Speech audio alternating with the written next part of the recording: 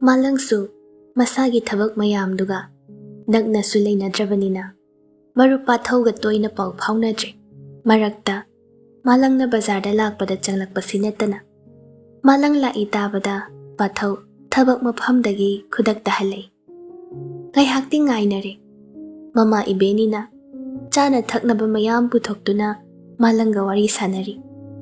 Malang nangi marupse athubada luhongani. Masana yarabani. Horene nangnasu khara hairamuko. Wadu tabada malang ngaihak kari khumgadabanu khangde. Tapna hanglay. Imabo nupidi layrabo kanagano. Atay nateda. Hana aikoina ahanba lakpada layramba mi khara piktak tawbi kuchu ngobido aduni. Malang amuka hena ngakre matangduda laijagi khandabasu ngamdre.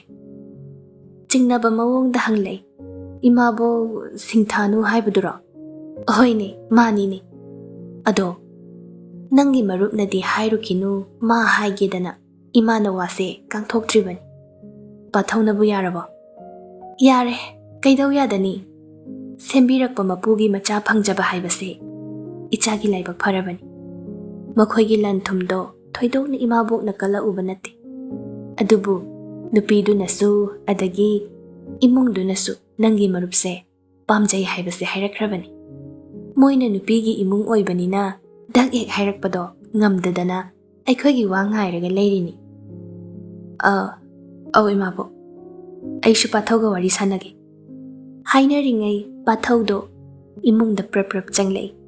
Malang hek ubaga maithongda maka lamna haire. Kayam kuirage?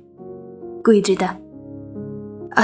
Aidi nang lai hairakpaduda thabak mayam loi hundo amaga chelaini. Hoine bondo adumain tawgadabani ne. Lakane hairadi ngarang na haira uyadro. Chaka chani dana. Yazare. Aikoi nupina seba tawtharaga laini. Anidugi matawduda mama ibeni haugattuna haire. Malang nang marup ka wari sanaroko imabok thabak khara loisilukige. Hoi imabok. Pathauna lao mathakase. Malang na haudorai. Midi luhongani haiba pautaine. Kaino aingonaga kaimta hairaktrisibo. Khangde punsise ai khaktagi khallaga hingba yaramdre. Aduna imagi phiripta ai ngamoi haiba ngamdre. Nupidi chumabo nangsu yazarabo. Pathau makalam lamba maithongdo haifet maksili. Sophaduda famthaduna tapna haire. Adusu ai khangde. Ai khakta aigini haiba kanasu leitrabadi ithanta sum hingbasu ngamgani.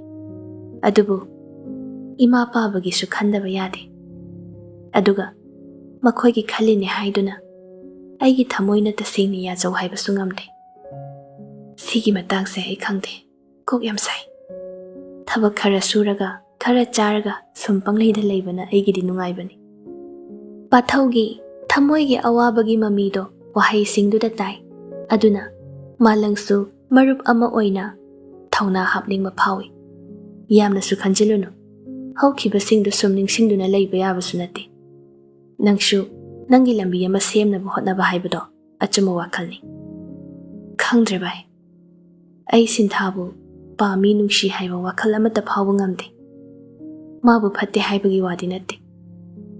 Tangai phadana lauba tarabasu imagi mamau haibado taraga tokani. Laijagi wafam pathaugi mafamda haudokningbana loire. Jinglembinasu pathauna haudoraktrabasu haudoku haidana kanna sinarakpani. Adubu tariba wari singsida kamdauna haudokani khanbada matha sari. Khanba yaba khallaba matung hera haiduna haudore. Bhai nang laijagi wadi. Laija mingdu hek palakpaga pathau thamoido amuka hena ware. Mamaidu nonthakhibadagi hangalakte. Ai magi maramda khangningdre. Hangaroige su khaleda. Hanguraga thamoise amuka hena puba ngamoi. Aduna masu magi thokpa hingjakrasano. Tasengna bhai nang laijabu kaukthok lagi khalabra. Nang magi mawa mapaw amata tararoidra. Wahangdu khumba ngamdre. Mitluda ira cheli. Aduga lumna hairei. Magi mapaw tabagi kanaba kaishu thoidokna laigani ai thajadri. Kauthoknaba hotnarage. Natrabadi mabu sum ningshingduna lairabadi ai kuina hingba ngamlaroi bhai. Masigi wasi to asi. Ibanigi business plan do nang laingai sida amta khanausi. Laijagi punsi kamdauri makhata na haina khidre. Pathau na wa kakhibaduda malangshu makhata rudre. Laijagi mama sakhisu macha boinauga khatna khibadai mama macha machil manaugi marakta lapnare. Mama uroni su mapuroibana yum halakpa matamda khakta yumda lai. Natrabadi ayamba matamda mapamda dum laikre. Aduna imungduda laija amadi mama sakhi khakta laibani. Macha laijagi punsina kari oihauba haina khanbada mama sakhi wakhalna laiman oiduna masasu sonjille. Nipa laitaba imung haibado oirabanina nong hek nganbadagi imungi thabak laugi thabak mamagi seba amadi masagi phi sanaba hotnabada laijadi masagi punsigi maramda wakhal khanbasa sangdri. Masak matauda changkhonbi hek ubada mina kalakna fam oibana mamit yamba nipa nahasingna marakta tanja launaba hotnadabasu natte. Laijana laubukta lau penglingai nipa ama laijagi laufamda lai nipado atay kana sunate thaina laijana angang oiringaida koitan tanaramba mayai lekai khambani. Laija hek ubada hainadabana loire. Khamba sumaya higatuna kaurai. Laija lau pengiro. Hoita khamba. Kaino nasakna tawado loi loiba tarene nungsa sida. Nang na mi atay hainingdrasu ay ngonda dum hairasu yabadubo. Laija amuka hena hainadre. Khumningdana khumlai. Yarani da ta khamba. Laija, nang na hujikan lauga kumise. Ay di yeng mangamde. Tasingna nangi mateng pangningba poi. Se, kakhalo, ay tawbigi. Khamba, laupak duda fan chong tharai. Mataw duda laija sauningba amasu yaurabani. Mina ukhradi nungairoi haidana mamaydo koilay layduna yeng. Kanasu layba ude. Ta khamba, inamana thiramani kabiro. Aigise horen taurani. Hera, matang sida inamamuk palakanuda. Aina nangi mateng pangbada mana kaimta haiba ngamgadaba nate. Khambagi karyamnaba wahaiduda sauningbana loire. Khonjeldo kanna haire. Ta khamba, aigi lausi subiyo haikrabo. Aigi kana laite haidana usitaba tawbigano yam thuna kabikro. Natrabadi yam phajanararoi. Laija, nangna ingonda sauningbase hojikphau sauningibo. Nangna yam nungaitrade kakragi. Adugane, ay wa matangdi hairamge. Hojiksu matam lairi. Ay nangnabu yarade ay di pumnamak thengnaba ngamgani.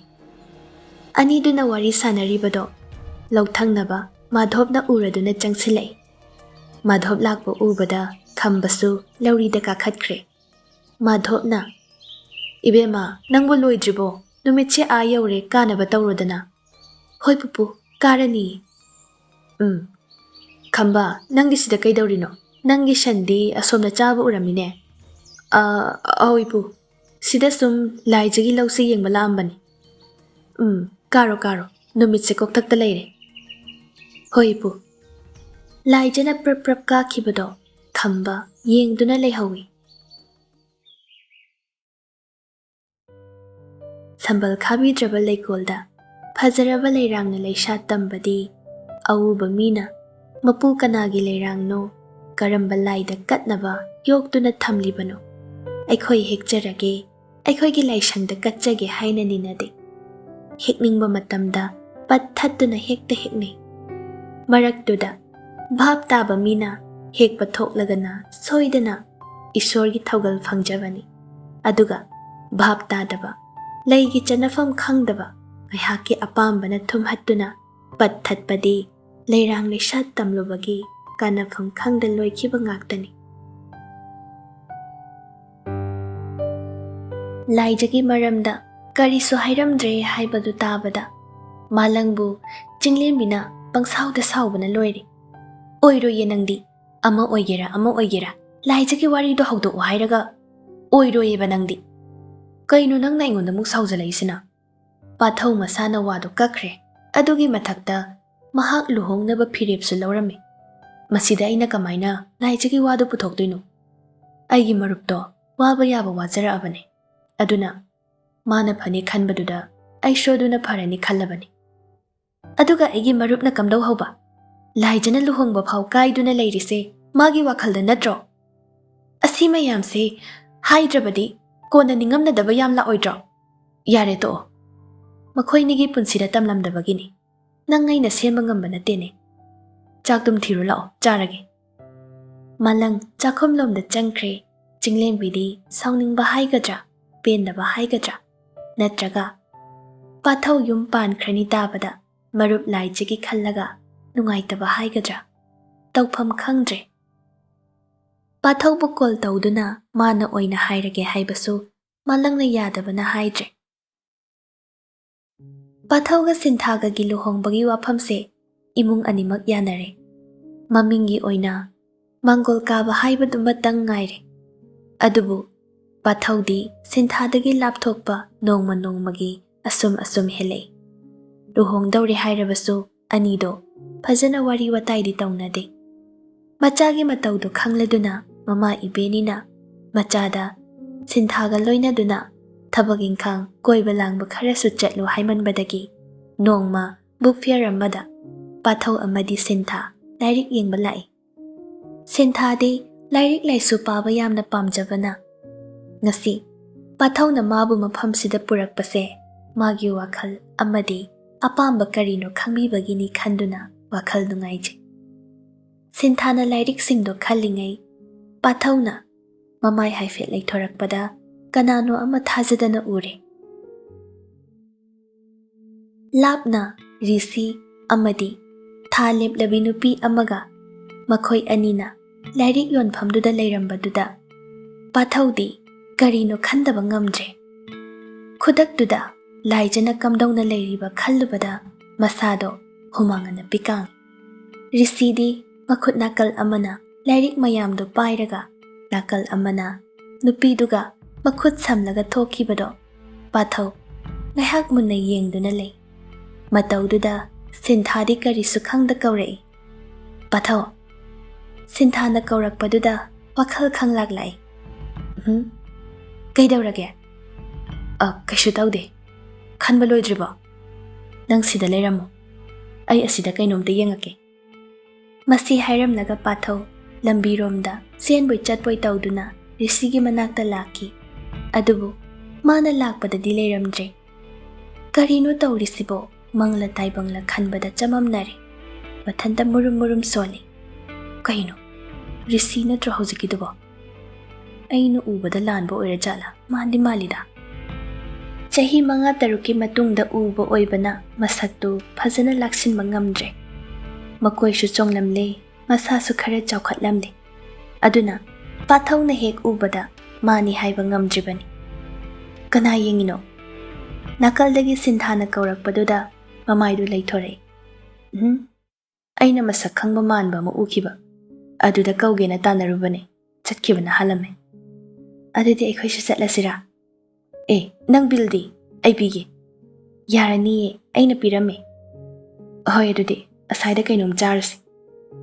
Sintana Pirat Liba Lyric Sing the Lauduna, Garigi Maning the Hap Jinkre. Aduga, Anidu, Achapochana of a restaurant a mother Changle. Pamli Bahaiduni.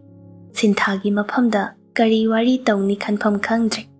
Masigi Matakta, Risibu Urubadagi, Wakhaldo, Hen Charangaba Ama Oirabana, Queen Pantaduna Laning Bapaudre.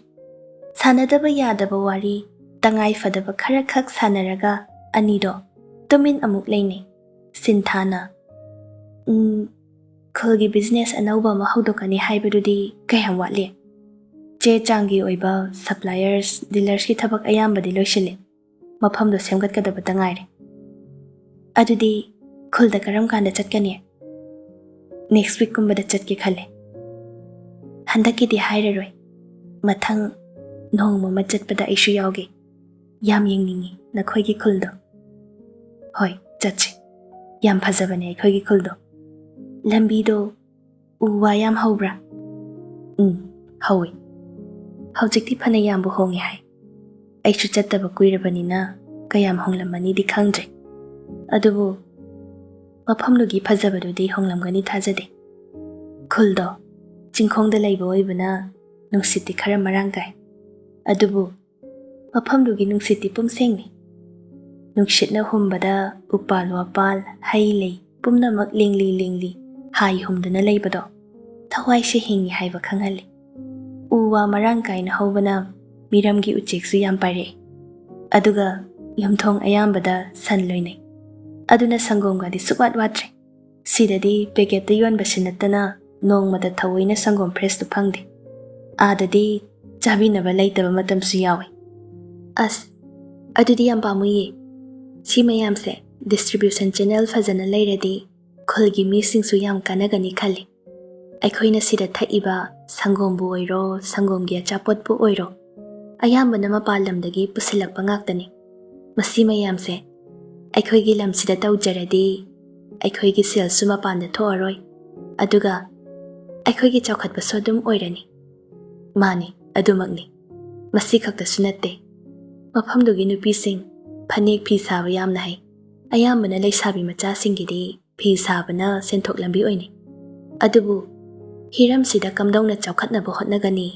ꯃꯄꯥꯜꯒꯤ ꯃꯦꯁꯤꯟꯗ ꯁꯥꯔꯒ ꯍꯣꯡꯅ ꯌꯣꯟꯁꯤꯜꯂꯛꯂꯤꯕꯁꯤꯡꯁꯤꯒ ꯀꯝꯗꯧꯅ compete ꯇꯧꯒꯅꯤ? ꯑꯗꯨꯒ ꯃꯤꯇꯣꯞꯅ ꯃꯈꯣꯏꯒꯤ ꯄꯣꯠꯆꯩ ꯑꯩꯈꯣꯏꯗ ꯄꯥꯝꯍꯟꯗꯨꯅ, ꯍꯩꯅꯍꯟꯗꯨꯅ ꯑꯩꯈꯣꯏꯗ ꯌꯣꯟꯁꯤꯜꯂꯛꯂꯤꯕꯁꯦ ꯑꯩꯈꯣꯏꯁꯨ ꯀꯝꯗꯧꯅ ꯑꯩꯈꯣꯏꯒꯤ ꯄꯣꯠꯂꯝꯁꯤꯡꯁꯤ ꯃꯄꯥꯜꯗ ꯀꯝꯗꯧꯅ ꯌꯣꯟꯒꯅꯤ ꯍꯥꯏꯕꯁꯦ ꯏꯈꯟ ꯈꯟꯅꯗꯦ. ꯃꯁꯤꯗꯤ ꯑꯩꯈꯣꯏ ꯈꯨꯜꯗꯨ ꯈꯛꯀꯤ ꯋꯥ ꯑꯣꯏꯔꯝꯃꯣꯏ, ꯃꯅꯤꯄꯨꯔ ꯄꯨꯝꯕꯒꯤ ꯋꯥꯅꯤ. ꯃꯥꯅꯤ, ꯌꯥꯝ ꯆꯨꯝꯃꯤ. ꯏꯁꯝ ꯁꯝꯅ ꯑꯩꯈꯣꯏꯅ ꯆꯥꯔꯤꯕ ꯑꯆꯥꯄꯣꯠꯁꯤꯁꯨ ꯃꯤꯔꯝꯒꯤꯅꯤ. ꯆꯤꯟꯖꯥꯛꯇꯕꯨ ꯑꯣꯏꯔꯕꯁꯨ ꯃꯤꯔꯝꯒꯤ ꯀ꯭ꯌꯨꯖꯤꯟ, ꯐꯨꯗ ꯀꯜꯆꯔ ꯑꯦꯟড ꯍꯦꯕꯤꯠꯇꯤ ꯑꯩꯈꯣꯏꯅ ꯃꯇꯧ ꯇꯝꯃꯤ. ꯑꯗꯨꯕꯨ ꯑꯩꯈꯣꯏꯒꯤ ꯑꯣꯏꯕꯗꯤ ꯊꯑꯣꯏꯅ ꯁꯟꯗꯣꯛꯇꯦ. ꯐꯣꯔ ꯑꯦꯛꯖꯥꯝꯄꯜ, ꯁꯤꯡꯖꯨꯒꯤ ꯃꯍꯥꯎ, ꯇꯦꯛꯆꯔ ꯑꯃꯗꯤ ꯃꯥꯒꯤ ꯀꯥꯟꯅꯕꯁꯦ ꯑꯇꯩꯗꯁꯨ ꯈꯪꯍꯜꯂꯕꯗꯤ ꯑꯩꯈꯣꯏꯒꯤ ꯐꯨꯗ ꯀꯜꯆꯔ ꯑꯃꯗꯤ ꯂꯥꯏꯐꯁ꯭ꯇꯥꯏꯜꯁꯦ ꯑꯥꯏꯗꯦꯟꯇꯤꯇꯤ ꯑꯃꯒꯤ ꯃꯈꯥꯗ ꯉꯥꯛꯄꯗ ꯌꯥꯝꯅ ꯑꯆꯧꯕ ꯃꯇꯦꯡ ꯑꯃ ꯑꯣꯏꯒꯅꯤ ꯈꯜꯂꯤ. ꯍꯛꯆꯥꯡꯁꯨ ꯌꯥꯝꯅ ꯐꯕ ꯆꯤꯟꯖꯥꯛꯅꯤ. ꯃꯗꯨꯒꯤꯁꯨ ꯃꯊꯛꯇ ꯏꯀꯣꯅꯣꯃꯤꯗꯁꯨ ꯌꯥꯝꯅ ꯑꯆꯧꯕ ꯃꯇꯦꯡ ꯑꯣꯏꯒꯅꯤ. ꯑꯗꯨꯅ ꯃꯌꯥꯝꯁꯦ ꯌꯥꯝꯅꯗꯤ ꯈꯜꯂꯤ. ꯑꯗꯨꯕꯨ ꯑꯁꯥ ꯈꯛꯇ ꯑꯣꯏꯔꯒ ꯇꯣꯛꯀꯗ꯭ꯔꯥ ꯍꯥꯏꯅ ꯆꯤꯡꯅꯕꯁꯨ ꯐꯥꯎꯏ. ꯃꯤꯑꯣꯏꯕꯅ ꯍꯣꯠꯅꯒꯦ ꯍꯥꯏꯔꯕꯗꯤ ꯉꯝꯗꯕ ꯂꯩꯇꯦ ꯍꯥꯏꯅꯕ ꯂꯩ. ꯉꯝꯒꯅꯤ ꯍꯥꯏꯅꯁꯨ ꯈꯜꯂꯤ ꯑꯩꯗꯤ. ꯍꯣꯏ, ꯁꯨꯝ ꯌꯦꯡꯕ ꯇꯥꯔꯦ ꯀꯔꯝꯕꯅ ꯐꯅꯤ ꯍꯥꯏꯕꯗꯣ. ꯑꯗꯨꯒ ꯅꯪꯅ ꯅꯪꯒꯤ ꯈꯨꯡꯒꯪꯒꯤꯗꯃꯛ ꯈꯟꯖꯔꯤꯕ ꯃꯌꯥꯝꯗꯣ ꯌꯥꯝ ꯑꯦꯄ꯭ꯔꯤꯁꯤꯌꯦꯠ ꯇꯧꯏ. ꯄꯥꯊꯧ, ꯅꯣꯛꯐꯦꯠ ꯇꯧꯏ. ꯅꯪꯅ ꯊꯥꯒꯠꯄꯅ ꯍꯦꯟꯗꯣꯛꯈ꯭ꯔꯦꯗ. ꯑꯁꯤꯒꯨꯝꯕ ꯋꯥꯔꯤꯁꯤ ꯁꯥꯟꯅꯔꯒꯅ ꯈꯔ ꯋꯥꯔꯤ ꯂꯩ. ꯑꯗꯨꯅ ꯁꯨꯝ ꯋꯥꯔꯤ ꯁꯥꯟꯅꯅ ꯑꯆꯥꯄꯣꯠ ꯆꯥꯕꯗꯨꯁꯨ ꯂꯣꯏꯁꯤꯜꯂꯦ. ꯄꯥꯊꯧꯅ ꯁꯤꯟꯊꯥꯕꯨ ꯌꯨꯝꯐꯥꯎ ꯗ꯭ꯔꯣꯞ ꯇꯧꯕꯤꯔꯝꯂꯒ ꯃꯍꯥꯛꯁꯨ ꯌꯨꯝ ꯍꯜꯂꯛꯂꯦ.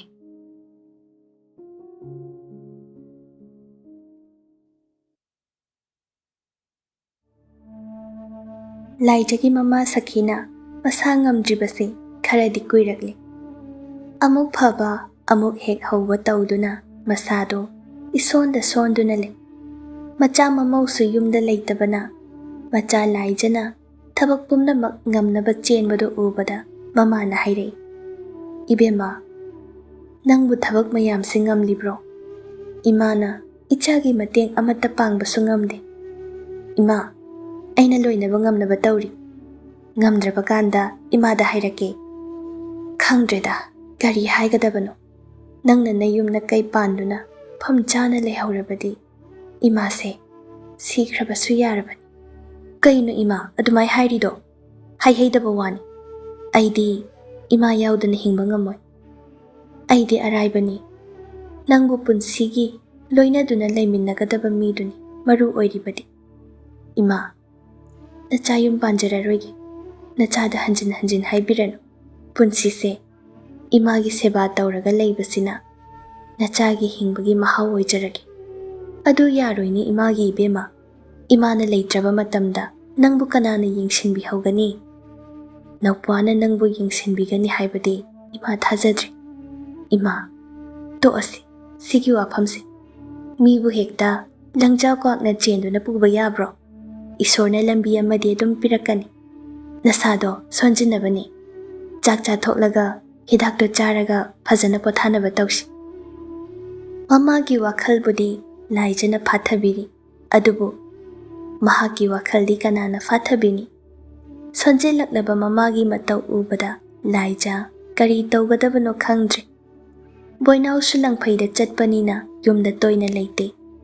ꯔꯣꯅꯤꯗ ꯃꯃꯥ ꯅꯥꯔꯦ ꯌꯨꯝꯗ ꯂꯥꯛꯑꯣ ꯍꯥꯏꯒꯗꯕꯁꯨ ꯀꯔꯤ ꯈꯟꯈꯤꯅꯤ ꯈꯜꯂꯨꯕꯗ ꯍꯥꯏꯕ ꯉꯝꯗ꯭ꯔꯦ. ꯊꯕꯛ ꯃꯌꯥꯝ ꯉꯝꯅꯕ ꯍꯣꯠꯅꯕꯗꯤ ꯀꯔꯤꯁꯨ ꯈꯜꯂꯝꯗꯦ.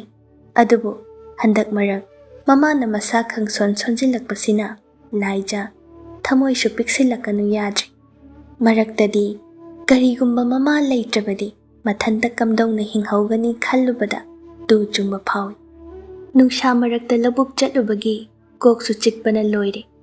ꯃꯁꯥ ꯉꯝꯗꯦ ꯍꯥꯏꯕꯗꯣ ꯃꯃꯥꯗꯗꯤ ꯍꯥꯏꯅꯤꯡꯗ꯭ꯔꯗꯨꯅ ꯏꯃꯨꯡꯒꯤ ꯊꯕꯛ ꯂꯣꯏꯔꯒ ꯐꯃꯨꯡꯒꯤ ꯀꯥꯡꯊꯣꯜ ꯃꯆꯤꯗꯨꯗ ꯉꯥꯊꯗꯨꯅ ꯇꯨꯃꯤꯟꯅ ꯈꯥꯡꯗꯨꯅ ꯂꯩꯔꯤ. ꯀꯔꯝꯕ ꯄꯨꯟꯁꯤ ꯂꯝꯕꯤꯗ ꯆꯠꯄ ꯑꯣꯏꯕꯅ, ꯃꯄꯨꯒꯤ ꯀꯔꯝꯕ ꯂꯤꯂꯥꯒꯤ ꯇꯥꯡꯀꯛ ꯑꯣꯏꯕꯅ ꯋꯥꯏ ꯍꯥꯏꯕ ꯋꯥꯍꯩꯁꯤꯐꯥꯎ ꯍꯥꯏꯐꯝ ꯂꯩꯇ ꯂꯥꯟꯊꯦꯡ ꯑꯃꯒꯤ ꯃꯊꯛꯇ ꯂꯥꯟꯊꯦꯡ ꯑꯃ. ꯍꯤꯡꯂꯤꯕ ꯄꯨꯟꯁꯤ ꯃꯍꯤꯡ ꯑꯁꯦ ꯀꯔꯝꯕ ꯑꯁꯥ ꯑꯃꯒꯤ ꯃꯔꯨꯝꯗ ꯍꯤꯡꯕꯒꯤ ꯃꯃꯤꯗꯤ ꯇꯥꯗ꯭ꯔꯦ. ꯑꯗꯨꯕꯨ ꯍꯤꯡꯗꯕꯗꯤ ꯌꯥꯗꯦ ꯈꯟꯗꯨꯅ ꯄꯨꯝꯅꯃꯛ ꯄꯨꯟꯁꯤꯒꯤ ꯈꯣꯡꯆꯠꯅꯤ. ꯈꯣꯡꯆꯠꯁꯤꯗ ꯂꯥꯛꯄ ꯑꯋꯥ ꯅꯨꯡꯉꯥꯏ ꯄꯨꯝꯅꯃꯛ ꯃꯥꯌꯣꯛꯅꯕ ꯇꯥꯕꯅꯤ ꯍꯥꯏꯅ ꯈꯟꯗꯣꯛꯏ. ꯁꯣꯝꯗꯗꯤ ꯄꯥꯊꯧ ꯑꯍꯤꯡꯗꯨꯃꯁꯨ ꯂꯥꯏꯖꯕꯨ ꯅꯤꯡꯁꯤꯡꯒꯅꯨ ꯌꯥꯗ꯭ꯔꯤ. ꯔꯤꯁꯤ ꯎꯔꯨꯕꯗꯒꯤ ꯑꯃꯨꯛꯀ ꯍꯦꯟꯅ ꯅꯤꯡꯁꯤꯡꯂꯤ. ꯑꯍꯤꯡ ꯈꯨꯗꯤꯡ ꯃꯔꯨꯞ ꯑꯣꯏꯔꯤꯕ ꯂꯣꯟꯊꯣꯛꯇꯕ ꯍꯤꯗꯥꯛ ꯕꯣꯇꯜ ꯑꯃꯗꯤ ꯂꯤꯛꯂꯤ ꯒ꯭ꯂꯥꯁꯇꯨꯗ ꯊꯃꯣꯏꯒꯤ ꯄꯦꯟꯗꯕ ꯋꯥꯔꯣꯜꯕꯨ ꯍꯥꯏꯗꯨꯅ ꯋꯥꯍꯪ ꯀꯌꯥ ꯍꯪꯂꯤ. ꯃꯃꯤꯠ ꯎꯏꯔꯤ ꯎꯏꯔꯤ ꯋꯥꯁꯨ ꯐꯖꯅ ꯉꯥꯡꯕ ꯉꯝꯗꯦ. ꯃꯃꯤꯠ ꯑꯅꯤꯗꯣ ꯄꯤ ꯏꯔꯥ ꯆꯦꯟꯅ ꯒ꯭ꯂꯥꯁꯇꯨꯗ ꯌꯦꯡꯗꯨꯅ ꯈꯨꯗꯣꯝꯕꯤꯌꯣ ꯀꯩꯋꯣ ꯇꯧꯗꯨꯅ ꯍꯥꯏꯔꯛꯏ. ꯉꯁꯤꯗꯤ ꯂꯣꯟꯊꯣꯛꯇꯕꯤ ꯑꯣꯏꯔꯅꯨ. ꯑꯩꯅ ꯇꯧꯔꯤꯕꯁꯦ ꯀꯔꯝꯕꯅ ꯑꯆꯨꯝꯕꯅꯣ ꯀꯔꯝꯕꯅ ꯑꯔꯥꯟꯕꯅꯣ ꯍꯥꯏꯕꯗꯣ ꯑꯝꯇ ꯍꯥꯏꯌꯨ. ꯑꯩꯅ ꯌꯨꯝ ꯄꯥꯟꯕꯗ ꯂꯥꯏꯖꯅ ꯋꯥꯔꯧꯔꯣꯏꯗ꯭ꯔꯥ? ꯄꯨꯟꯁꯤ ꯆꯨꯞꯄ ꯃꯥꯕꯨ ꯅꯤꯡꯁꯤꯡꯗꯨꯅ ꯅꯨꯡꯁꯤꯗꯨꯅ ꯍꯤꯡꯒꯅꯤ ꯍꯥꯏꯅ ꯋꯥꯁꯛꯈꯤꯕꯗꯣ ꯃꯥꯅ ꯑꯩꯕꯨ ꯋꯥꯁꯛ ꯉꯥꯛꯇꯕ ꯃꯤꯅꯤ ꯍꯥꯏꯗꯅ ꯆꯩꯔꯣꯏꯗ꯭ꯔꯥ? ꯋꯥꯁꯛ ꯉꯥꯛꯇꯕ, ꯊꯃꯣꯏ ꯆꯦꯠꯇꯕ ꯅꯨꯄꯥ ꯍꯥꯏꯕꯗꯣ ꯇꯥꯔꯗ꯭ꯔꯥ ꯑꯩꯁꯦ? ꯈꯨꯝꯃꯣ. ꯁꯥꯡꯂꯕ ꯃꯇꯝꯁꯦ ꯅꯈꯣꯏꯅ ꯃꯍꯥꯛꯀꯤ ꯃꯍꯨꯠ ꯁꯤꯟꯗꯨꯅ ꯑꯩꯕꯨ ꯂꯣꯏꯅꯔꯛꯄꯅꯤ. ꯑꯗꯨꯅ ꯉꯁꯤꯗꯤ ꯃꯍꯥꯛꯀꯤ ꯃꯍꯨꯠ ꯁꯤꯟꯗꯨꯅ ꯑꯩꯒꯤ ꯋꯥꯍꯪꯁꯤꯒꯤ ꯄꯥꯎꯈꯨꯝ ꯄꯤꯌꯨ.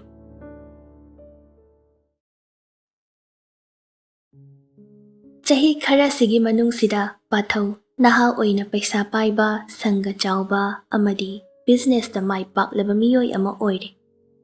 ꯃꯁꯥꯒꯤ ꯍꯧꯗꯣꯛꯅꯔꯛꯄ ꯁꯤꯜꯆꯔꯗ ꯂꯩꯕ ꯗꯨꯀꯥꯟ 3, ꯑꯆꯧꯕ ꯁꯣꯄꯤꯡ ꯀꯝꯄ꯭ꯂꯦꯛꯁ ꯑꯃ ꯑꯃꯗꯤ ꯍꯟꯗꯛꯇ ꯅꯧꯅ ꯁꯥꯕ 3-star ꯍꯣꯇꯦꯜ ꯑꯃꯒꯤꯁꯨ ꯃꯄꯨ ꯑꯣꯏꯔꯦ. ꯃꯁꯤꯒꯤ ꯃꯊꯛꯇ ꯏꯔꯝꯗꯝꯁꯤꯗ ꯃꯔꯥꯡ ꯀꯥꯏꯅ ꯐꯪꯕ ꯄꯣꯠꯊꯣꯛꯁꯤꯡ ꯃꯄꯥꯜꯗ ꯑꯦꯛꯁꯄꯣꯔꯠ ꯇꯧꯅꯕ ꯂꯣꯀꯦꯜ ꯕꯤꯖꯤꯅꯦꯁ ꯃꯆꯥꯁꯤꯡꯕꯨꯁꯨ ꯃꯍꯥꯛꯀ ꯈꯨꯠꯁꯝꯅꯗꯨꯅ ꯃꯌꯥꯝꯒꯤ ꯁꯦꯟꯊꯣꯛ ꯂꯝꯕꯤ ꯍꯦꯟꯒꯠꯅꯕ ꯍꯣꯠꯅꯔꯤ. ꯃꯔꯨꯑꯣꯏꯅ ꯈꯨꯡꯒꯪꯒꯤ ꯃꯤꯑꯣꯏꯁꯤꯡ. ꯄꯥꯊꯧꯒꯤ ꯃꯥꯏ ꯄꯥꯛꯄ ꯈꯣꯡꯆꯠꯁꯦ ꯍꯧꯕꯗꯒꯤ ꯎꯔꯛꯑꯕ ꯁꯤꯡꯊꯥꯅꯨꯒꯤ ꯃꯄꯥ ꯀꯨꯃꯥꯔꯗꯤ ꯄꯦꯟꯖꯕꯅ ꯂꯣꯏꯔꯦ. ꯃꯆꯥꯒ ꯂꯨꯍꯣꯡꯉꯕ ꯃꯇꯨꯡꯗ ꯃꯍꯥꯛꯀꯤ ꯂꯩꯔꯤꯕ ꯕꯤꯖꯤꯅꯦꯁ ꯃꯌꯥꯝꯁꯤꯁꯨ ꯄꯥꯊꯧꯗ ꯁꯤꯟꯅꯔꯒꯦ ꯈꯟꯗꯨꯅ ꯊꯧꯔꯥꯡ ꯇꯧꯕ ꯍꯧꯔꯦ. ꯎꯅꯗꯕꯁꯨ ꯀꯨꯏꯔꯦ ꯍꯥꯏꯗꯨꯅ ꯁꯤꯡꯊꯥꯅꯨꯒꯤ ꯃꯄꯥꯅ ꯄꯥꯊꯧꯒꯤ ꯏꯃꯨꯡꯕꯨ ꯃꯌꯨꯝꯗ ꯆꯥꯛ ꯆꯔꯥ ꯑꯃ ꯆꯥꯃꯤꯟꯅꯁꯤ ꯍꯥꯏꯗꯨꯅ ꯄꯥꯊꯧ ꯑꯃꯗꯤ ꯃꯃꯥ ꯃꯄꯥ ꯑꯍꯨꯝꯃꯛ ꯁꯤꯡꯊꯥꯍꯣꯏꯗ ꯂꯥꯛꯏ. ꯃꯌꯥꯝꯗꯨ ꯁꯣꯐꯥ ꯀꯥꯗꯨꯗ ꯐꯝꯗꯨꯅ ꯋꯥꯔꯤ ꯋꯥꯇꯥꯏ ꯇꯧꯔꯤ. ꯁꯥꯟꯅꯔꯤꯕ ꯃꯌꯥꯝꯗꯣ ꯄꯥꯊꯧꯗꯤ ꯇꯥꯕ ꯈꯛꯇꯅꯤ. ꯀꯨꯃꯥꯔꯅ ꯂꯨꯈꯣꯏꯗ ꯑꯣꯟꯁꯤꯟꯗꯨꯅ ꯍꯥꯏꯔꯛꯏ. ꯇꯥꯗ, ꯏꯆꯥꯅꯤꯄꯥ ꯑꯐꯕ ꯄꯣꯛꯆꯕꯁꯦ ꯇꯥꯗꯒꯤ ꯂꯥꯏꯕꯛꯁꯦ ꯀꯌꯥꯗ ꯐꯈ꯭ꯔꯕ? ꯏꯆꯥ ꯁꯤꯟꯊꯥꯅ ꯐꯕꯅ ꯍꯦꯜꯂꯤꯕꯅꯤ. ꯃꯃꯥꯒ ꯑꯩꯈꯣꯏꯅꯤꯅ ꯍꯥꯏꯅꯔꯤꯅꯤ. ꯍꯧꯖꯤꯛ ꯃꯇꯝꯗ ꯅꯨꯄꯤꯅ ꯂꯥꯏꯔꯤꯛ ꯂꯥꯏꯁꯨ ꯐꯖꯅ ꯍꯩꯕꯁꯦ ꯑꯩꯗꯤ ꯑꯣꯟꯊꯣꯛꯅ ꯄꯥꯝꯖꯈ꯭ꯔꯦ. ꯑꯗꯨꯗ ꯏꯆꯥꯁꯨ ꯏꯃꯧꯁꯨ ꯂꯣꯏꯅ ꯇꯥꯗꯒꯤꯗ ꯆꯠꯈ꯭ꯔꯅꯤꯗꯣ. ꯑꯗꯨꯅ ꯂꯥꯏꯕꯛ ꯐꯕꯁꯦ ꯇꯥꯗꯅ ꯈꯔ ꯍꯦꯜꯂꯕ ꯃꯥꯜꯂꯦ ꯍꯥꯏꯖꯔꯤꯕ. Mama Ibenina oktuna khumlai. Adugi wadi aikhoi pulap leiraga loire. Yumsu chawi luhongba numittuda loina laaga loire. Sinthagi mamasu waduda mateng pangsilai. Aduna pharadra iche. Mayamdu wariduda harauna saruk yanari. Sanariba mayamdo pathaudi khoidana tade. Aduna dandida noknaba hotnabada awaba ama oire. Laija lekai dukan amada chakhumgi pochai leiba tholakpani. Nakalda kwa chaba lakpa nipa kharena sanariba warido thawaina tasilude. Adubu nipa ahumdugi marakta amana pathaugi maramda palakpaduda laijasu nakongdu khangsing singai. Pathaudu sel sathina pairi na taine. Wakhal leiba minina dum chawkhatkiba tabani natra. Hoine adunabu miyamna khangnaba mi ama oiba ngamaibani. Mayumgadi agada chawi hairi. Aduna hojikti mana wa ama haibada khulgi mi singsu loina tarani. Karam kandabu lakani haige kuirene pathauna khul dhadoktuna chatkribase. Mathang haptadadi lakani haina tai. Tangdangbadi khangdre malangda hangadi loina khangani. Angang oiringaidagi wakhal yamna leibane. Aduna magi mai pakpagi wari tabada thoidokna ngakte idi. Kari thabakno mana khulsida hodokani hairido. Waridu dukan mapugi nupiduna kwa masing hanglakpaduda mayai thattuna atopa wari amamuk makha samthakre. Laijasu matangduda dukan mapuduna magi pochaidu pirakpaduda panthaba yadraduna halakle. Lambida sum lakpada laija wakhalda khali. Oh, miyoibagi punsise angakpaniko. Chap manaba thakta hominnarabasu asidi kayada lapnakraba. Nangna nongmadon aina malim leimai. Karamna amuk hanna thengnagani haibagi kari karamba asa leiri. Leitre. Mayol chonglakpa asa pumba isana hojikti thadatcharani. Urinabu kayam wangna kaba ngambage. Nongdol di lairadana kege pambigi matol phau yauba ngamlai.